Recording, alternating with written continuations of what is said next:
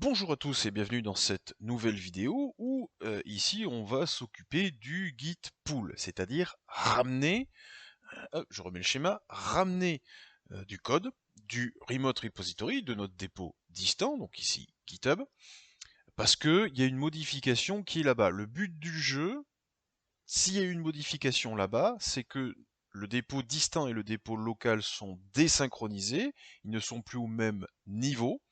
Et donc, il faut pouvoir resynchroniser tout ça, sinon on aura des soucis. Alors, hop, je reviens ici. Tac, je prends le dépôt de test là qu'on avait fait. Et j'imagine, hop, alors je rafraîchis la page, j'imagine que j'apporte une modification. C'est faisable. Attention, c'est pas conseillé du tout. Hein, vaut mieux éviter. C'est même, à mon sens, une très mauvaise pratique parce qu'on est en train de désynchroniser nos dépôts, le distant et le local. Donc, si je prends index, je vais l'éditer directement ici. Ah ben en plus, il est même pas à jour. Tiens, pour vous dire. Alors là, je vais pas faire ça parce que, vous voyez, sur test, ici, je n'ai que test, et dans mon code, j'ai test et Marcel. Alors ça veut dire que... Comment ça se fait qu'il est pas à jour, lui? Ah, mais c'est développe, autant pour moi. Faut que je me mette sur la branche développe. Et nanana. Vous voyez, hein, on se perd assez vite hein, si on commence à modifier des trucs là-bas.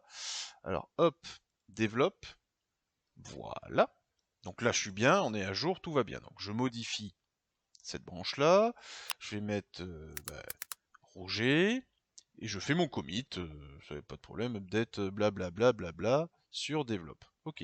Commit. Très bien. Donc si je repars dans mon code, sur la branche develop, j'ai 3 commits. Or, si je vais dans mon code, et on va voir si GitGraph il est capable, j'en ai que 2. Si je rafraîchis, non, il a pas fait le truc là. Bon, il est un peu limité, c'est un peu dommage. Ouais. Bon, c'est pas grave. Là, si je fais une modification, par exemple que j'apporte truc, je vais créer un problème. Je vais pas pouvoir le faire. Alors, je vais quand même le faire ici. On va voir ce que ça donne. Du côté local, pas de souci. Donc, hop, commit, pardon, git commit-m, truc. Ok. Côté dépôt local, il n'y a rien qui choque, tout va bien. Pas de souci. Maintenant, ce que je vais faire, c'est que je vais pousser. Alors, git push Marcel, puisque je vous rappelle que mon étiquette ici, c'est pas origine, hein, c'est Marcel. Hein, si je fais git remote-v, donc mon dépôt distant est sur l'étiquette Marcel. Rappelez-vous, c'est le test pour vous montrer que c'était qu'un nom. Après, il faut s'en souvenir, malheureusement. Même si il nous le dit ici, hein, Marcel. Ok. Donc, git push origine. Non. Ah, vous voyez, hein, c'est compliqué. Marcel développe. Oui, dans la vidéo précédente, j'avais fait "-u", mais vous voyez, c'est un réflexe chez moi. Je vous rappelle que le "-u" est l'upstream, donc je devrais pas avoir besoin de marquer le nom de la branche. Donc là, je vais essayer. Normalement, j'ai une erreur. Voilà. Il me dit, bah, c'est rejeté. Je peux pas. Pourquoi? Parce que ma branche précédente, elle est plus dans la même synchronicité que mon dépôt local. Je vais donc reprendre un petit peu les schémas. On va essayer de, voilà, on reprend ce côté-là. Je vais faire ça ici. Donc, hop, on se met là, pardon. Tac. Je reprends mon sujet. Hop. Alors, ici, local. Et ici, GitHub. Ok. Donc, sur le local, je vais mettre le nom je vais mettre le nom de mes modifs, hein, comme ça on va pas se prendre la tête. Donc il y avait test, et ensuite on est allé à Marcel. Ok. Tout ça, ça a été poussé sur GitHub. Donc lui, bah, il reprend tout, hein, il reprend test et Marcel. Hop, on revient ici. Donc je disais local on avait fait test et Marcel, 2 commits, on a poussé sur GitHub, donc chez GitHub on en est là. Le problème, c'est que on a fait ici un Roger,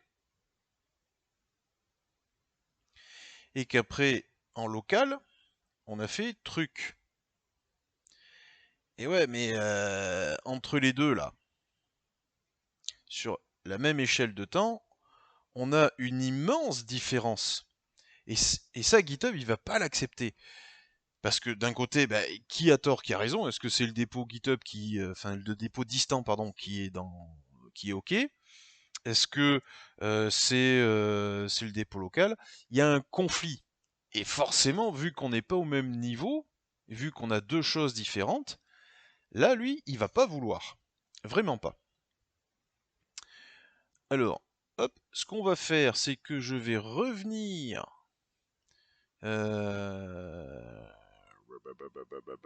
Ici, hop.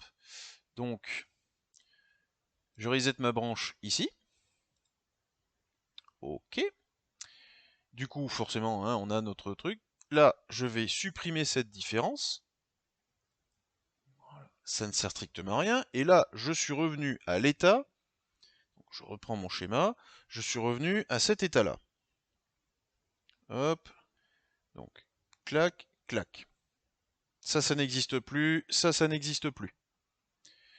J'ai mon dépôt local qui est à Marcel, j'ai mon dépôt distant qui est à Roger. Avant de faire toute modification possible, il faut que je resynchronise.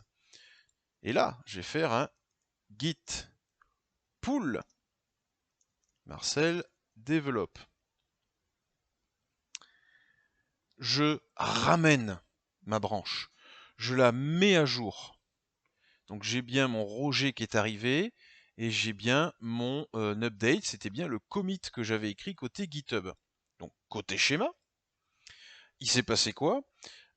Hop, on revient ici. Donc ça disparaît. Hop, ça disparaît. Donc le pool, tac tac, pool, m'a resynchronisé correctement mon local et mon distant. À partir de là, je vais pouvoir faire mon truc. Et là, ça va pas poser de problème. Donc je vais ajouter, donc truc, j'enregistre. Ici, donc je git add, je git commit-m truc, hop, et je git push Marcel. Normalement, il y a l'upstream, donc ça devrait le faire. Voilà.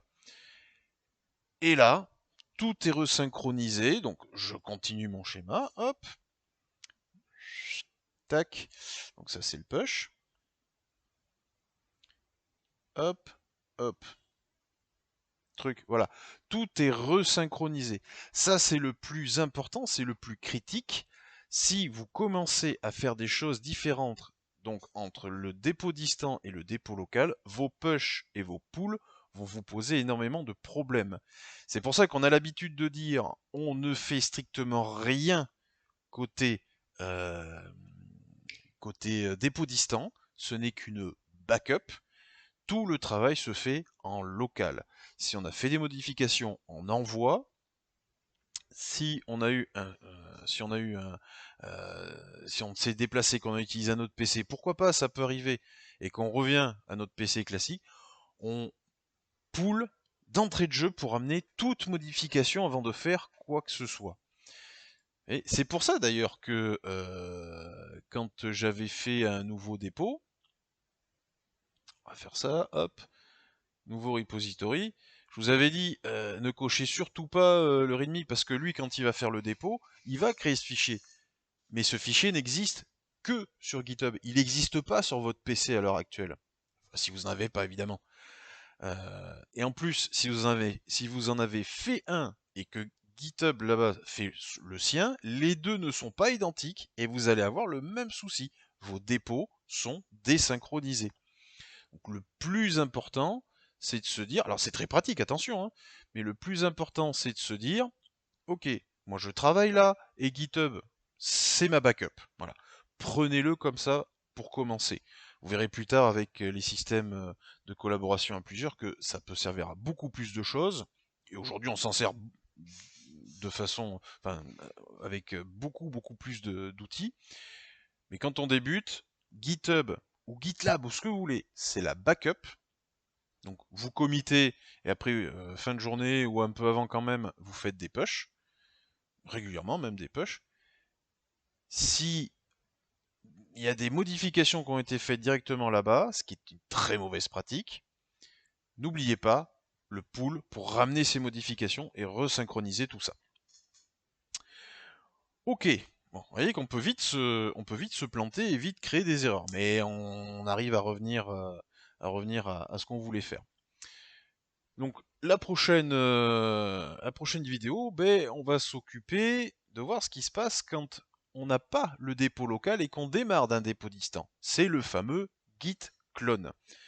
Et vous allez voir que là aussi, il y a des petites spécificités. Donc, prochaine vidéo, le git clone.